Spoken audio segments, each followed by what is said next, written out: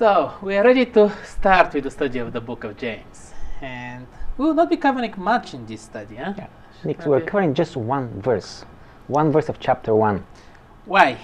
I mean, what is so much in this verse? We're not diving into the topics of the book still. We're like just looking at who is the author of this book and who was he? How was he connected with Jesus and how is he connected with the church in the first century? The author is calling the lesson James, the Lord's brother. But we don't see this in the verse. The verse actually says James. James, the servant. Now, like from what I've studied, there are 4 James that we see in the New Testament, yeah, and 2 of the James are actually apostles, the disciples who followed Jesus. One of the is the son of Zebedee, which is the brother of John. The other James is the son of Alphaeus. We know very little about him, and actually his mother is also involved in the fellowship of Jesus Christ after his resurrection. And also we have James, the father of Judas, but not Judas the Iscariot. And there is 1/4 James left, and it's the brother of Jesus. James has been a very popular name in Israel. Seems like. Maybe like Joe, Josh.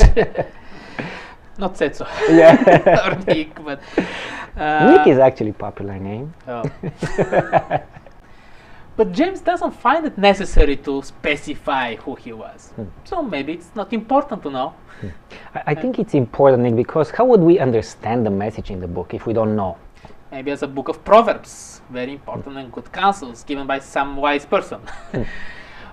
But maybe the other reason why he doesn't say who he was is because everybody knew about him. Everybody knew who he was. And this is true because he was one of the 3 pillars, the 3 big pillars who actually led the church movement, the Christian movement after Christ was resurrected. It was Peter, John, and James who actually were the leaders in the church. And actually most of the record says James, Peter, and John. So it seems like he was there leading the church. Who? James. Who? James, the brother of Jesus. Okay. So, we are going to identify James as the brother of Jesus. And what else do we know about him? As far as I remember, the brothers of Jesus weren't very supportive of him. Yeah, but this was before Jesus died, and this was before the resurrection. After the resurrection, there was a council in Jerusalem that actually led the church movement, the Christian movement, and the spokesperson of this council in Jerusalem actually was James. And it was Paul who went on his mission to the Gentiles out of and in the Roman Empire. When he was coming back, he was reporting and presenting all the offerings before James and the elders. For me, it's very interesting, this transformation, because as we see in the Bible, James wasn't involved so much in the group even after the resurrection of Jesus. It was just before the ascension when Jesus had a one-on-one meeting with Jesus. Something very special must have happened at this time that changed things so much for him. Yeah. And this is like what I'm surprised, Nick. How did I omit to notice James? It's been kind of hidden in the corner of the Bible, this presence of Jesus. He was. Another interesting point for me is that the history knows him as James the Just. Is it because of the way he speaks and he writes about the content of his epistle? Yeah, James will challenge our faith. He's going to bring a different perspective, how to live like Christ. After all, he witnessed it.